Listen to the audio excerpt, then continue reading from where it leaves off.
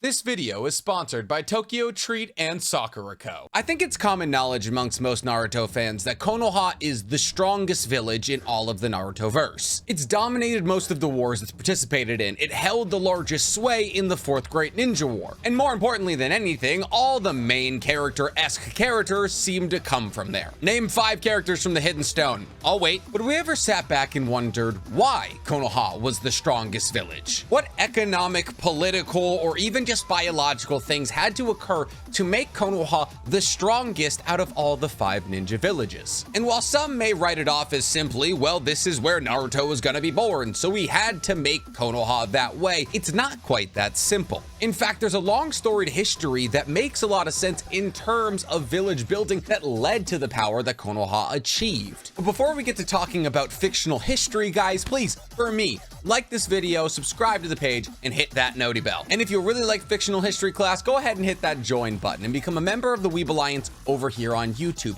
You will be getting 3 additional videos from me a month on top of cool badges, emotes, and shoutouts at the end of every video. But before we get into all that, guys, today we gotta talk about our favorite returning sponsor, Tokyo Treat and Sakura Co. Let's start with the big box, Tokyo Treat. Tokyo Treat is a monthly snack box filled with up to 20 exclusive to Japan in limited edition snacks. These snacks are also seasonally flavored. This month's theme is Sakura, and not like Sasuke's wife, like the pink flower. And you might be thinking, opening this box is kind of intimidating if you don't speak Japanese. And if you're like me, you probably don't know what this bag says. That's why they send a 24-page pamphlet with every single box. And this pamphlet will tell you everything from what the snack is to the allergens that are inside of it to what its significance is in Japan. But enough talking, let's try it. So from the pamphlet, I learned these are latte marshmallows, but I'm sure they can be enjoyed without the coffee. Down the hatch. Oh yeah, they're good without the coffee. They're light and fluffy, and the taste of Sakura is subtle but sweet. But since we're talking about Sakura, let's get into our second box, Sakura Co. This month's theme for Sakura Co is matcha and mochi. And the way that Sakura Co differs from Tokyo Treat is that these are handmade, traditional Japanese snacks made by artisans. And every month they send you a different piece of kitchenware. This month was chopsticks. But where Sakura Co is very similar to Tokyo Treat is the 24-page pamphlet. And that's helpful because I don't know what this is. But thanks to the pamphlet, I now know that these are matcha cream daifuku. Let's try them. Somehow it's still incredibly fresh, and it's bitter and sweet simultaneously. So what are you guys waiting for? Become a global snacker like me. Use the code NCHammer04 at checkout for $5 off your first order. But don't just go searching up Sakura Co or Tokyo Treat. Guys, make sure you use the links that are both in my description and my pinned comment. Let's get to snacking.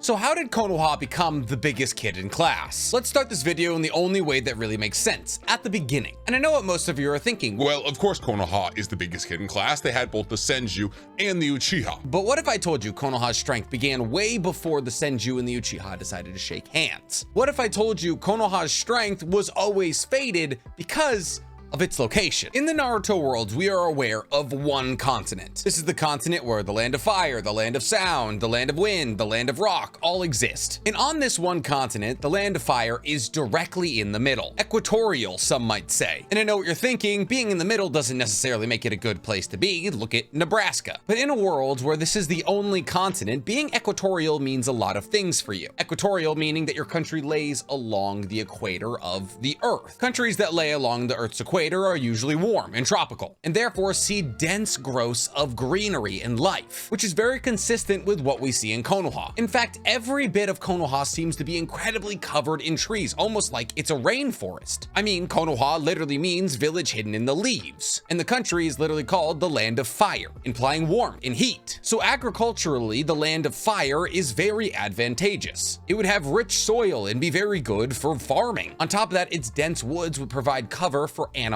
or humans. And even though the land of fire is central, it also has a lot of coast, specifically a coast that faces towards the hidden mist village and a coast that faces towards the hidden sand village. And I know what you're saying. Well, Konoha does have significantly less coast than all the other countries. But remember, there's only been confirmed life on this one continent. So having a coast that points in the direction of where there is no living beings means nothing. So by having waterways that face towards other countries you can trade with is also very advantageous advantageous politically and economically. So we take into account the fact that Konoha arguably has the least harsh weather, the land of mist being covered in mist, the land of clouds being high up and mountainous, the land of stone being basically stone and therefore impossible to plant crops and food on, and then the land of wind literally being a desert. Konoha is a green belt of incredible agricultural promise. So to assume that a lot of people would try to settle there is not ridiculous. And to assume that the strong would rise to the top of that crop and monopolize that area, which is very advantageous for easy living,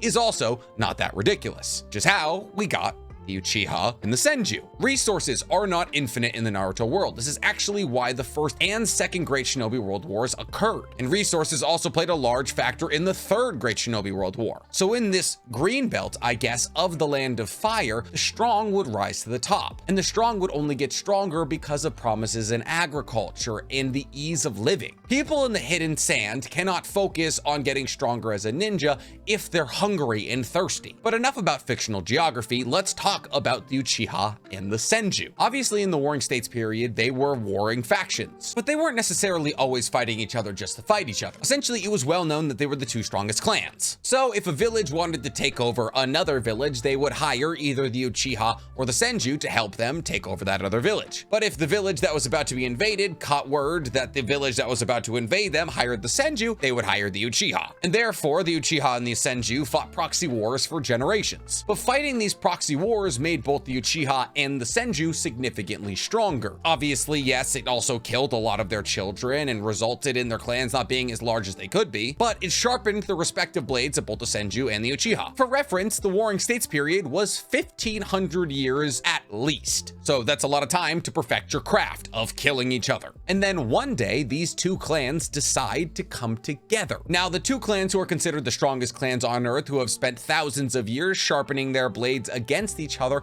have become one unified force. The threat of the existence of this unified force is so significant, it causes the other countries to create hidden villages of their own. See, Konoha didn't inspire other countries to make their own villages, it scared them into it. But just because the hands were shooken between the Uchiha and the Senju doesn't mean that the skirmishes were over. Madara wanted to be the Hokage, but Tobirama said that it should be brought up to a democratic vote amongst Konoha members, and the democratic process elected Hashirama. Now this isn't great, but Hashirama essentially goes, well, Madara, you can be my shadow Hokage, and sends Madara to deal with the other countries. But this isn't the first time that the Senju and the Uchiha had a different approach to something, and it definitely wouldn't be the last. Most specifically, I'm talking about the Uchiha's want to stay within their own clan. What do I mean by that? Even after the formation of Konoha, the Uchihas decided to stay as a whole, as a clan. They didn't invite others to breed into their clan. There was no half Uchiha babies running around. In order to keep the strength of their clan pure, they continued to breed within themselves, making them almost a sovereign state inside of Konoha. One that would willingly participate in wars and back up Konoha in any matter, but still its own isolated cell. While the Senju did something that is incredibly important for the strengthening of Konoha. The Senju decided to cast their name to the side. They were no longer the Senju clan. They were a clan that lived in Konoha. So the Senju decided to marry outside of their clan, and they were led by their literal leader, Hashirama. See, Hashirama, though it was for political reasons, married an Uzumaki, and this set the precedent for all other Senju members, that they should marry outside of their clan in order to strengthen Konoha as a whole. This is why you don't see the Senjus running around Konoha like you used to see the Uchihas. It's not that they were wiped out or kicked out of Konoha, they've just taken other names. But that doesn't change the blood that's running through the veins of Konoha. Now, not only do you have an isolated sect of the Uchihas that still count towards your military force, but you also have the other strongest clan on Earth increasing the strength of the entire village by marrying outside of their clan. And then when Madara gets fed up with being in the village and tries to rally the Uchihas against the village, the Uchihas kick him out, stopping the village from breaking in half and losing half of its fighting force. And it's at this point that we start to have the build up towards the first Great Shinobi World War. Hashirama and Tobirama are able to kill Madara. That's all done. But Madara brings an idea to Hashirama during their battle, catching all of the tailed beasts, something Madara was able to do in order to fight Hashirama. So seeing the build up to the first Great Shinobi World War and no longer wanting war, Hashirama goes out and catches all of the tailed beasts, except for Shukaku, who the Wind Country had already caught. Land of Wind. Hashirama then calls the other Kages of all the other hidden villages. And here's the thing.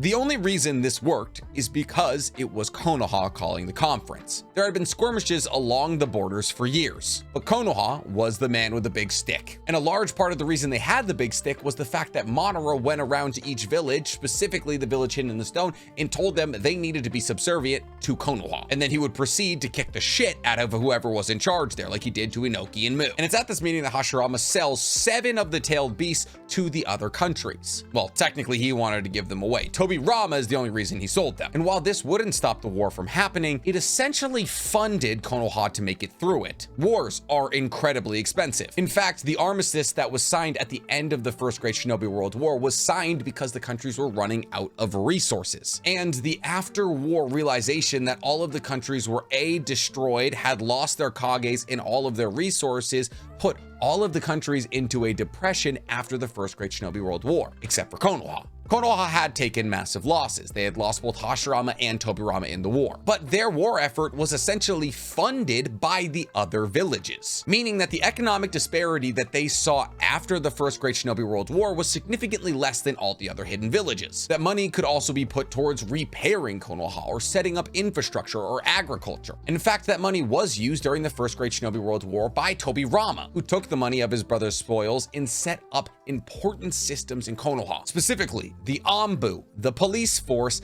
and the ninja school. He even went so far as to create the tuning exams. During a world war, Tobirama focused on infrastructure, specifically infrastructure that would keep Konoha whole with the police force and the Anbu, monitoring threats and keeping the status quo in a growing village, but he also focused on his war effort, creating the ninja school and the tuning exams to make sure that any ninja they put into the war front is A, old enough, and B, prepared. But Tobirama also focused on something else vitally important: research. Tobirama created the Shadow Clone, Flying Raijin, and Edo Tensei. And while he did all 3 of these things during the Warring States period, it set the precedent for scientific, well, I guess, ninjutsu research in Konoha. By focusing on academics and training the ninjas that they are creating in Konoha, it created a stronger class of ninja. I mean, think about how you pass through Ninja Academy. You have to create a shadow clone, a jutsu that hadn't existed until 10 years earlier when Tobirama created it. A jutsu that effectively doubles the fighting power of your village if every ninja on the front line knows how to do it. And this precedent for research would remain a key ingredient in Konoha's strength for many years down the line. Look at Tobirama's successor, Hiruzen, considered the professor. He was considered the professor because he learned every single jutsu and fighting technique of the leaf, except for Flying Raijin. But at the very highest level of shinobi,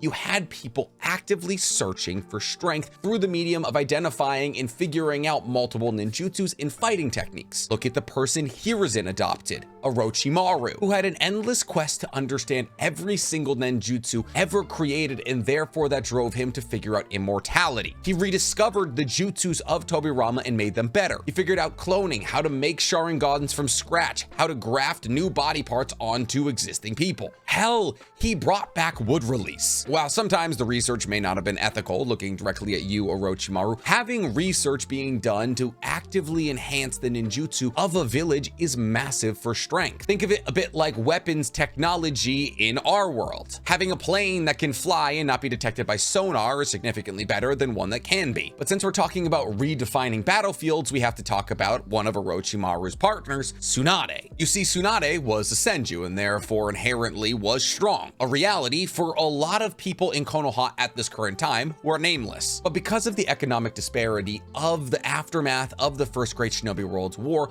we got the Second Great Shinobi World War. Now, who was fighting who is relatively hazy in this war. We just know that a lot of countries were in the Land of Rain. But the long line of academics who made their names by doing research into ninjutsu didn't stop with Hiruzen or Orochimaru. In fact, the Second Great Shinobi World War is where Tsunade made her name, for 2 reasons. One, with her almost omnipotent medical ninjutsu, she was able to counter the hundreds, if not thousands of poisons that Granny Chiyo had created. You see, Granny Chiyo's whole thing was that she made a bunch of poisons that were all incurable and undetectable. Therefore, if her puppets even scraped you, you were dead because there was no cure. And that was kind of the Land of Wind's claim to fame. Rain Uchiha was the majority of their military force, but Tsunade was able to counter that, giving Konoha, the already stronger and economically more powerful country, a leg up. But on top of that, because of her exploits in the Second Great Shinobi World War, she was able to make it a reality that every single three-man shinobi team should have a medical ninja. And by enacting this rule and making it a reality for Konoha, Konoha saw a massive increase in survivability and mission success. Think about it. If one of your team members got injured before, there was nothing you could do for them, and then you were down to 2 people. But if you have a doctor who can also fight there, they can bring that person back onto the field, which is going to massively improve your success rate in battle. And to this day, this is not something that other villages have instilled. It's still weirdly enough specifically from Konoha. We haven't seen it from the Hidden Cloud, the Hidden Stone, the Hidden Wind, or the Hidden Water. So because of this and the vastness of the medical ninjas that Konoha has, they have better survivability and therefore larger military might than the other countries. And while their army may not technically be the largest because the Hidden Stone and Hidden Cloud are said to be larger, by keeping their strongest ninjas alive or just keeping many ninja alive, they're able to gain battle experience and also maintain the upper hand. Also, because their success rate on missions was higher because of the addition of a medical ninja, smaller countries were more likely to hire Konoha ninjas for missions. And since completing ninja missions is a large part of any hidden village's economy, this gave Konoha an economical leg up and allowed them to A, make their services cheaper, and B, guarantee that they're gonna get completed more often, which put villages like the Hidden Sand in a bind. See, during the Second and Third Great Shinobi World Wars, the Hidden Sand's entire objective was to increase their military might so that they would get hired for missions. This is more likely than not why puppeteering was made and why the Hidden Sand was so vehement on creating military might, because they wanted to make their ninja mission hirings cheaper so they could undercut Konoha, but they were never able to accomplish this. So now you have a rich country getting richer that has access to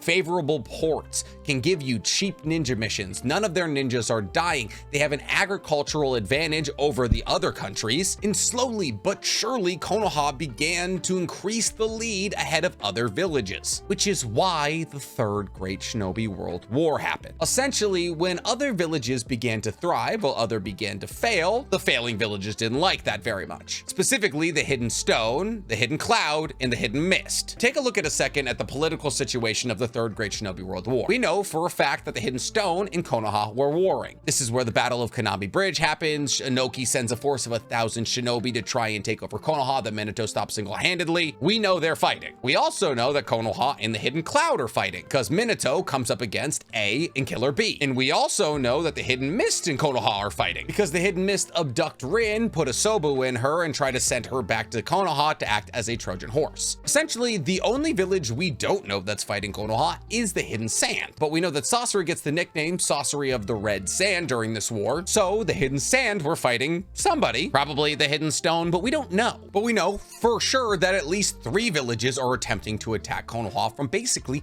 all sides, and Konoha individually beats every single one of these villages in order. However, military might isn't everything. Sometimes you have to be bureaucratic, and bureaucracy is something that is learned. You're not just born with the ability to lead diplomatically, which is where another one of Konoha's many advantages comes in. The fact that they had a Kage for longer than any other village outside of the Hidden Stone. In Hiruzen, obviously the Hidden Stone had a Noki for like 300 years. And so it was at the conclusion of the Third Great Shinobi World's War that Hiruzen realized that he needed to step down as Hokage to take the blame and the anger onto himself for the war. This was done mostly to soothe the Danzo, who wanted the Third Great Shinobi World War to continue until Konoha came out on top, which is arguably the way things were going. But by pulling out of the war at an appropriate time and putting an end to the bloodshed, Konoha was able to once again prosper economically. But since we're talking about Danzo, let's talk about Danzo. You may not agree with his approach. I know I don't. But Danzo's creation of the route is one of the reasons Konoha is as successful as it is. And here's the thing, Danzo creating the route isn't necessarily even that evil compared to some of the things other villages have done. Look at Kinkaku and Ginkaku attacking Tobirama during a peace summit. Hidden Cloud Jonin trying to abduct Hinata to restart the Third Great Shinobi World War. Inoki attempting to invade Konoha after an armistice had already been agreed upon. The Hidden Mist abducting a child to slap a tailed beast inside of her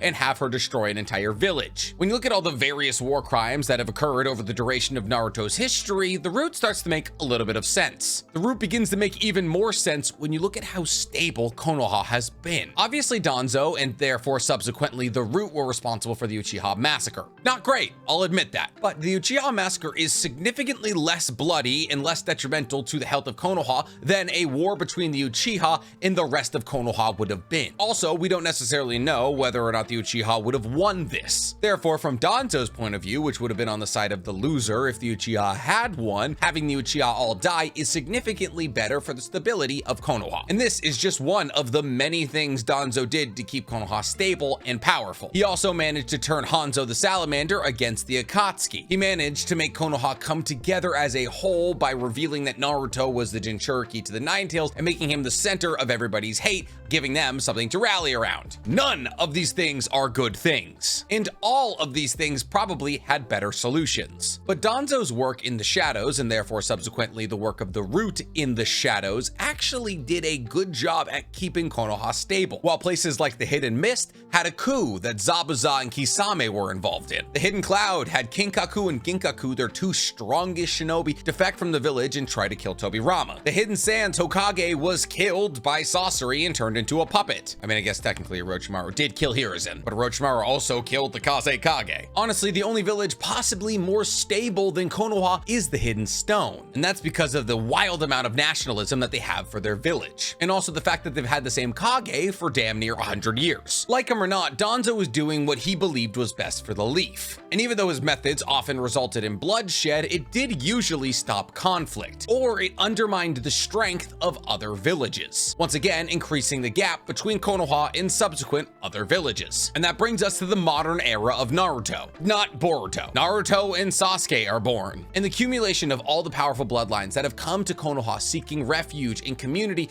takes shape in the form of the Konoha 12, arguably the strongest generation of shinobi in Konoha ever, and therefore the strongest generation of shinobi ever. Using the prosperity and the systems put in place by Tobirama and many of those who came before them, the Konoha 12 are able to flourish until each one of them is a high jonin to low kage to actual god level shinobi. Arguably the weakest member of the Konoha 12 is Ino. Ino, who single-handedly runs the interrogation corps and the survey corps that keep a field over Konoha at all points, allowing Konoha to effectively understand anybody leaving or entering Konoha at any given point. This is done by registering chakra signals with Ino's survey corps, and if an unregistered chakra signal comes into Konoha at any point, Ino will know where and when. This is a borderline impenetrable defense around an already very powerful village, and that is coming from the weakest member. Kiba, who's probably the least useful member of the Konoha 12, is incredibly apt at tracking, fighting, and being a police asset. Shino, who's arguably the least talked about member of the Konoha 12, is easily high jonin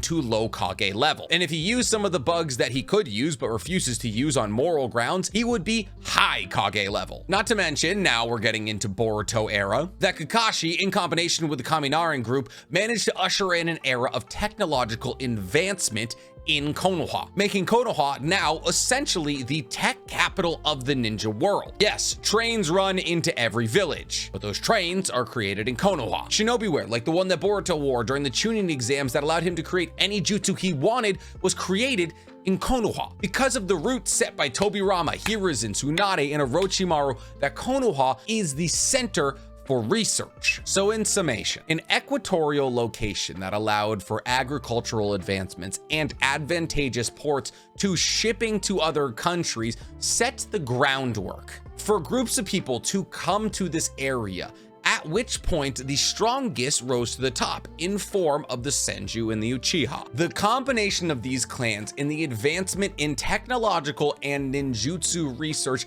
allowed Konoha to separate from other villages, backed largely by a massive income of wealth by Hashirama selling the tailed beasts, revolutionizing the way that they approach war by combining medical ninjutsus to frontline teams, allowed Konoha to earn more in shinobi missions, once again bolstering the economy. Then the combination of all these powerful bloodlines, all living under the same roof, looking to live in the most rich and prosperous country on Earth, created the strongest generation of ninja, the Konoha 12. And now the Konoha 12 are the ruling class of Konoha, while their children are also incredibly strong. But the high mobility that has now been granted by technological upgrades like the Thunder Trains has created interbreeding between villages. Look at Shikamaru and Tamari, meaning that the Senju's idea to strengthen a village is now growing out even further. Konoha's bloodline is now seeping into the outer world, making the ninja world as a whole